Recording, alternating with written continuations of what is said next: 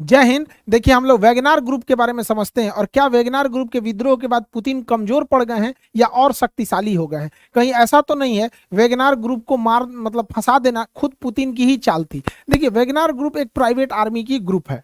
WagonR group की शुरुआत जो की थी प्रिगोजिन और दिमित्री उतकिन ने किया था। इसका मुख्यालय जो है वो सेंट पीटर्सबर्ग में है। सेंट पीटर्सबर्ग में इसका मुख्यालय, और इसकी सेना बहुत जगह फैली हुई है। ये रिक्रूटमेंट भी अपनी सेना में करते रहते हैं। इसका मुख्य जो करता धरता था वो प्रेगोजिन था। प्रेगोजिन पहले एक सेफ था, मतलब पहले वो रेस्टोरेंट चलाता। जब पुतिन 1990 के दशक में जब वो मेयर का ऑफिस में काम करते थे, उसी समय प्रेगोजिन अपना एक रेस्टोरेंट खोला था। उस रेस्टोरेंट में जाके ये खाना खाते थे पुतिन। तो वहीं से इन दोनों की दोस्ती हो गई। बाद में पुतिन जो है वो सत्ता हथिया लिए, बाद में इनसे करीबी बढ़ी, तो ये सेफ बना और बड़े बड़े लोगों को खाना खिलाया। देखिए यहाँ पे बुश से लेके जितने राष्ट्राध्यक्ष थे उन सबको ये खाना खिलाया। बाद में ये कॉन्ट्रैक्टर बन गया और धीरे धीरे इसकी संपत्ति बढ़ती गई, और इसने बनाया एक वैगनार ग्रुप जो प्राइवेट आर्मी का सिलेक्शन करती थी। ये प्राइवेट आर्मी पूरी दुनिया में फैली हुई थी। ये माली में गई, लीबिया में, कांगो में, सीरिया में, और हर जगह इसने अपनी प्राइवेट सेवा दिया था। प्राइवेट आर्मी से फायदा ये होता है कि अगर ये कुछ कांड भी कर देते हैं तो सरकार कर देती है, हमको क्या मतलब, ये तो कोई प्राइवेट कंपनी थी।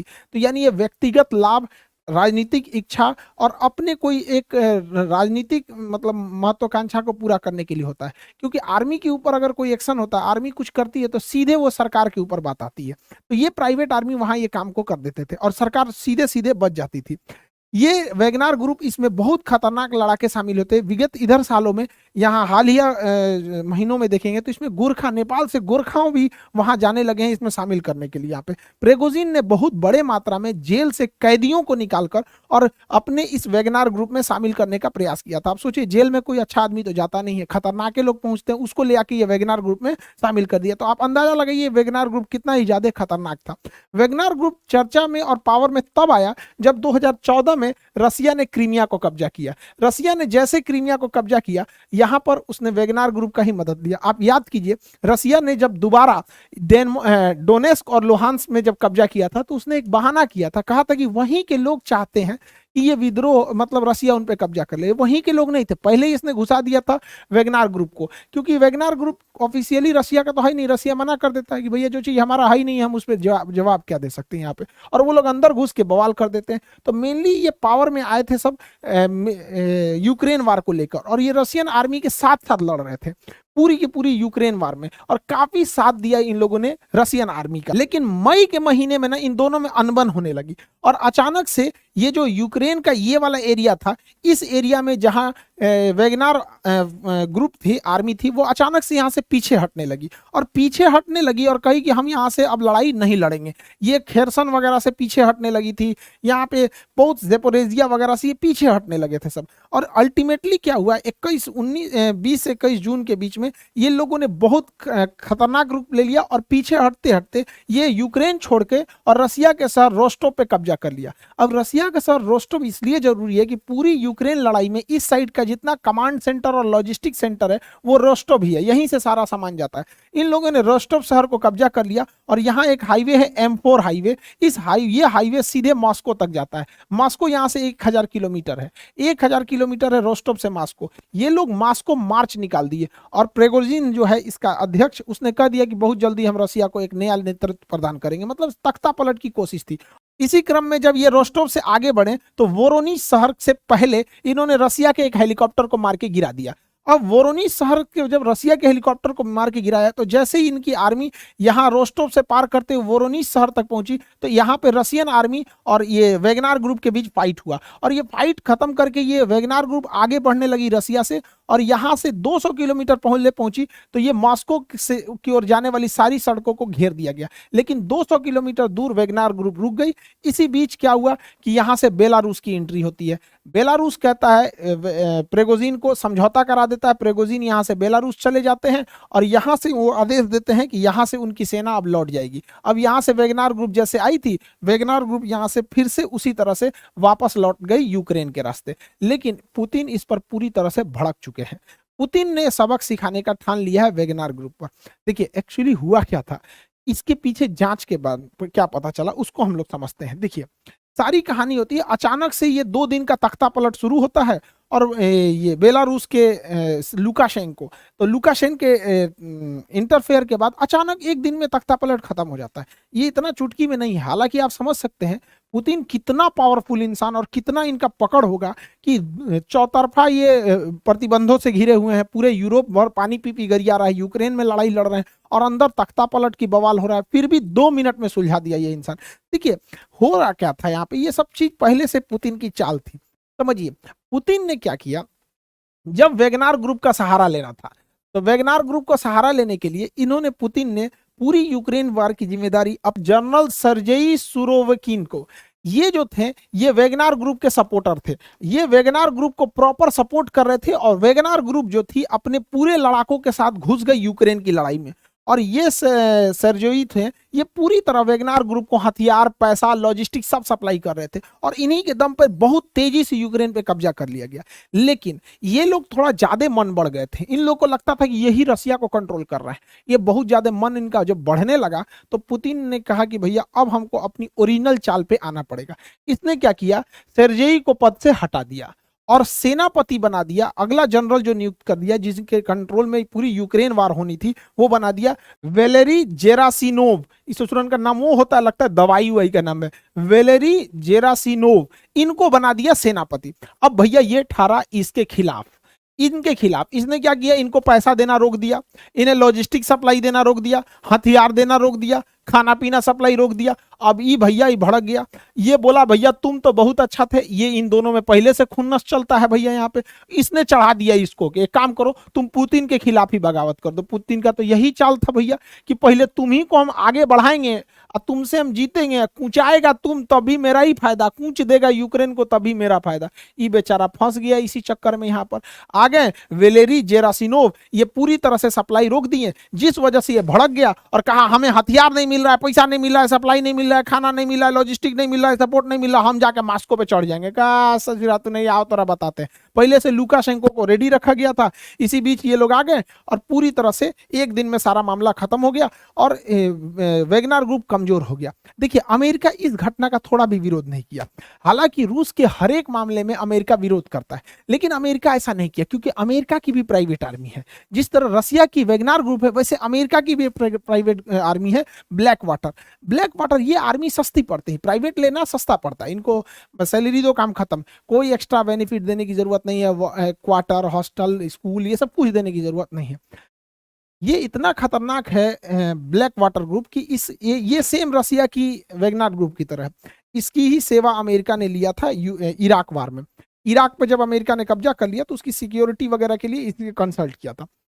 ये लोग किसी को गोली मार देते हैं, कोई जवाबदेही नहीं है ना ही कुछ है, अमेरिका पल्ला झाड़ लेता है भैया ये क्या हुआ यहाँ पे। एक बार एक इराक में एक गाड़ी आ रही थी, इन लोगों ने उस गाड़ी के ऊपर हमला कर दिया, बेचारे 2007 की यह घटना है, उसमें 17 सिविलियन लोग मर गए वहां पे, तहस नहस हो गया। आज इराक का क्या हाल है, बर्बाद करके चले गए सब, यहाँ पे तहस नहस कर दिया यहाँ पे। बाद में इसकी बहुत छिछालेदर हुआ, किरकिरी हुई तो इसका नाम बदल के एकेडमी रख दिया गया। दोनों बात बराबर ही, लेकिन इस तरह के मामले में अमेरिका नहीं बोला होगा। तो मतलब ये हम बता रहे हैं कि देखिए अमेरिका क्या चीज करता है। अब इसमें अपने मेन टॉपिक पे आते हैं, ये बेचारा फंस गया। अब जब ये फंस गया तो पुतिन इन प्रेगोजिन को कहा कि आप चले जाइए बेलारूस।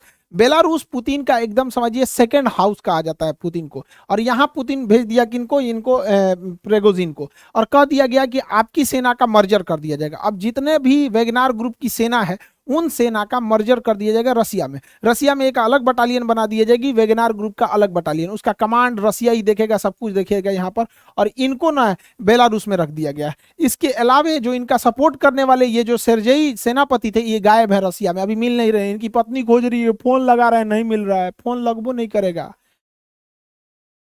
चलिए अब आगे समझते हैं, यहाँ पे समझा गया कहाँ है पता ही नहीं चलता है यहाँ पे। अब उनका फोन नहीं लग रहा है, आगे देखते हैं हम लोग। यहाँ पे देखिए ध्यान से, तो ये इनको बेलारूस भेज दिया गया इनकी पूरी सेना में। अब क्या किया गया है, अब कमांड दिया गया चेचन लड़ाके जो यहाँ पे रमजान कादिरोव को। पुतिन के सबसे भरोसेमंद अगर कोई है वो रमजान कादिरोव है। ये चेचन लड़ाके ये सबसे खूंखार माने जाते हैं। अब जो लड़ाई का रुख होगा वो कंप्लीट चेंज हो जाएगा, जो पहले नहीं हुआ था अब होगा। अब रसिया भयानक रफ्तार से हमला करेगा और यूक्रेन पे 3 तरफा हमला कर देगा। अब प्रिगोजिन जो है वो बेलारूस से हमला करेगा अपने वेगनार ग्रुप के लड़ाकों के साथ। तो यहां बेलारूस से हमला कर देगा प्रिगोजिन, और यहां रसिया से हमला करेगी उसकी मेन आर्मी। और ये रसिया का ये एरिया चेचन्या कहलाता है। चेचन्या में चेचन फोर्सेस को लेके आगे बढ़ेंगे ये रमजान कादिरोव। अब ये तीन ओर से तबातोड़ हमला होगा यहाँ पर यूक्रेन में। अब यूक्रेन को कोई बचाने वाला नहीं आएगा, और ये हमला तेज हो भी गया है। देखिए यूक्रेन का ये एरिया जो है, ये एरिया में इसके सबसे बड़े परमाणु रिएक्टर में आते हैं। यहाँ पर जेपोरेजिया नाम है, ये नाइपर नदी के किनारे शहर है जेपोरेजिया। जेपोरेजिया में यूरोप का सबसे बड़ा परमाणु रिएक्टर है, और यहाँ एक ही जगह में 6 परमाणु रिएक्टर है। देखिए 1 2 3 4 5 6, पूरे यूरोप का सबसे बड़ा परमाणु रिएक्टर है। अगर एक भी रिएक्टर में ब्लास्ट हुआ तो भयानक तबाही होगा। ऐसे ही तबाही यूक्रेन एक बार देख चुका है। 1986 में इसका एक शहर था जिसका नाम है चेर्नोजेम। चेर्नोजेम में 1986 में एक रिएक्टर में ब्लास्ट हो गया था, केवल एक रिएक्टर में ब्लास्ट हुआ था, और वो रिएक्टर इससे छोटा था। अभी क्या है, ये उससे अगर इनमें ब्लास्ट होता है इन रिएक्टर्स में, तो उससे 10 गुना ज्यादा तबाही मचाएगा, और यूक्रेन ही नहीं पूरा यूरोप बर्बाद हो जाएगा अगर इसमें ब्लास्ट हुआ तो। आप सोच सकते हैं कि ये रिएक्टर की सेफ्टी कितनी जरूरी है। लेकिन आपको लगता है ये सेफ्टी जरूरी है, लेकिन जरा ध्यान दीजिए, ये वही रिएक्टर है 6 ठो जो हम आपको सैटेलाइट इमेज में दिखा रहे हैं। 6 रिएक्टर दिखेंगे, 1 2 3 4 5 6 ये रिएक्टर है। और ये देखिए धमाका कहां तक हुआ है, ये रिएक्टर के कितने पास धमाका हुआ है, और इसमें रशियन आर्मी घुस चुकी है। रशियन आर्मी घुस चुकी है। 1 साल से जेपोरेजिया पे रशियन आर्मी का कब्जा है। यूक्रेन की आर्मी इस पे कब्जा कर ही नहीं पा रही थी, कितनों कोशिश की नहीं कब्जा कर पाई। लेकिन अचानक से यहां से भागने लगी रशियन आर्मी। रशियन आर्मी इसको खाली करके जाने लगी, उसको आदेश आया तुम खाली करो, जेपोरेजिया खाली करके वापस आओ।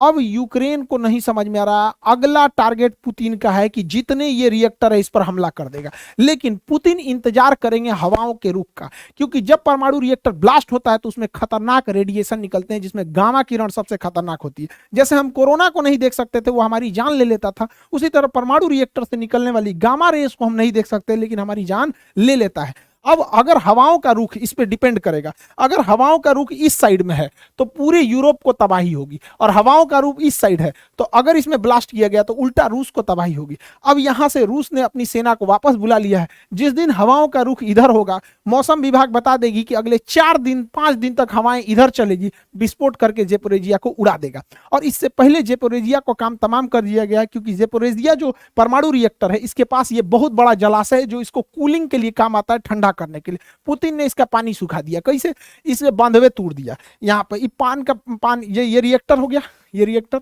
यहाँ पे ये रिजर्वायर है, रिजर्वायर का बांध तोड़ दिया। बांध तोड़ने से पूरा पानी गिर गया। नोवा खाको का ये बांध का नाम था। नोवा बांध तोड़ देने से ये पूरा पानी निकल गया, यहाँ पानी ही नहीं है। अब दुनिया का कोई इंजीनियर अब इसे स्टार्ट नहीं कर सकता है। लेकिन इसमें पड़ा ईंधन में अगर ब्लास्ट हुआ तो चेर्नोजियम ब्लास्ट से 10 गुना ज्यादा खतरनाक साबित होगा। ये रूस ने यूक्रेन के जितने ठिकाने थे उसके उड़ाना चालू कर दिया। यूक्रेन के लगभग 9 से 10 जनरल रैंक के अधिकारियों को मार दिया, लगभग 100 अधिकारियों को उड़ा दिया। जो भी वहां पर मिसाइल डिपो थे उसके ऊपर बम्बार्डमेंट कर दिया। कमांड सेंटर को रसिया ने उड़ा दिया। रसिया ने अब अपने प्रेसिजन गाइडेड बमों को गिराना चालू किया। पहले रसिया के जहाज नीचे उड़ते थे जिससे वो टारगेट पे बम गिराते, तो अब हाइट पे उड़ रहे हैं और precision guided laser guided bomb गिरा रहे हैं, जो महंगे होते हैं लेकिन अचूक हमला करते हैं। अब रसिया ने पूरा कमर कस लिया, हमले को तेज कर दिया। उसने अपने Su-35 बॉम्बर को उतार दिया है मैदान में। और इस बीच रसिया डिप्लोमेटिक भी खेल रहा है। यहाँ पर यूक्रेन जो था वो गेम खेल रहा था इजराइल के साथ, क्योंकि इजराइल एक ज्यूज कंट्री है, यहूदी। अब यहूदी कंट्री है और पूरे दुनिया में इजराइल के बाद अगर कोई दूसरा यहूदी प्रधानमंत्री है तो वो जेलेंस्की है। तो ये दोनों यहूदी हैं, ज्यूज।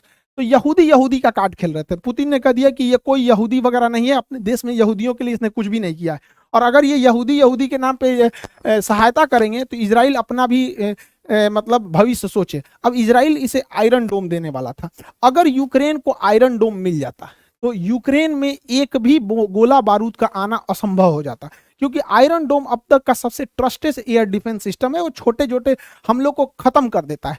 इसके लिए रसिया को दिक्कत था, लेकिन यहाँ खुद इजराइल डर गया, क्योंकि इजराइल अगर यूक्रेन को बचाने जाता, इजराइल जाता यूक्रेन को बचाने, तो इजराइल की दुश्मनी है ईरान से दुश्मनी है, और ईरान और रसिया में भयंकर दोस्ती है।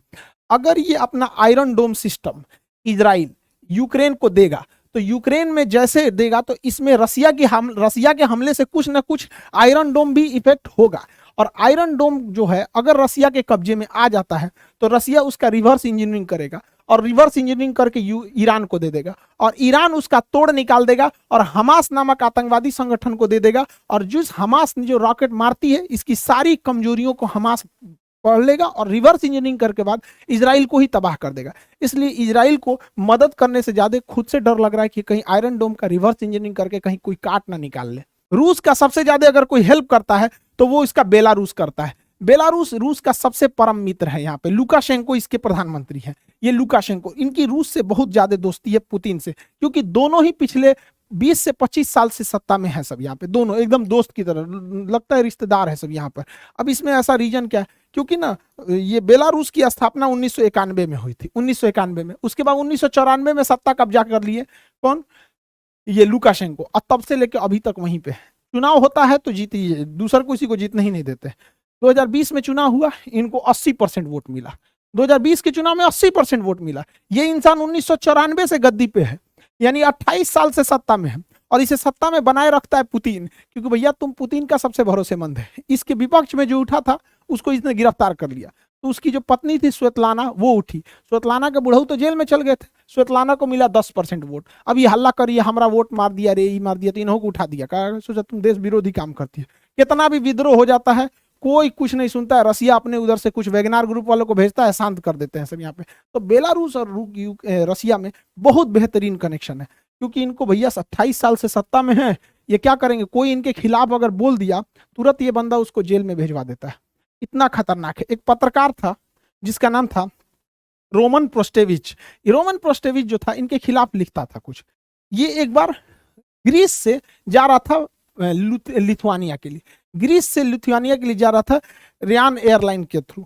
अब जब ये ग्रीस से निकला, यूक्रेन के ऊपर से गया, जैसे बेलारूस के ऊपर से इसकी जहाज उतरी, इसने मिग 29 जहाज भेज दिया, लड़ाकू जहाज, और हवा में उसके जहाज को किडनैप कर लिया गया, जबकि ये इलीगल है, आप दूसरे जहाज को नहीं कर सकते हैं। लेकिन इसने बहाना क्या बनाया कि इसको सूचना मिली है कि इसके अंदर बम रखा हुआ है, उतारो। अब भैया दोनों ओर से घेर लिए लड़ाकू जहाज, पायलट उतारा। जब पायलट उतारा तो इसकी पुलिस अंदर घुस गई और कही कि ससुरा रोमन प्रोस्टोविच निकालो इसको, चल रहे ससुरा तुम ही बम है, लेके चल गई। जहाज को कहा जाओ जाओ, इसी की जरूरत थी। इतना खतरनाक है बेलारूस। इनके खिलाफ आप बोले मतलब अगले दिन आपकी आंख खुलेगी जेल के अंदर।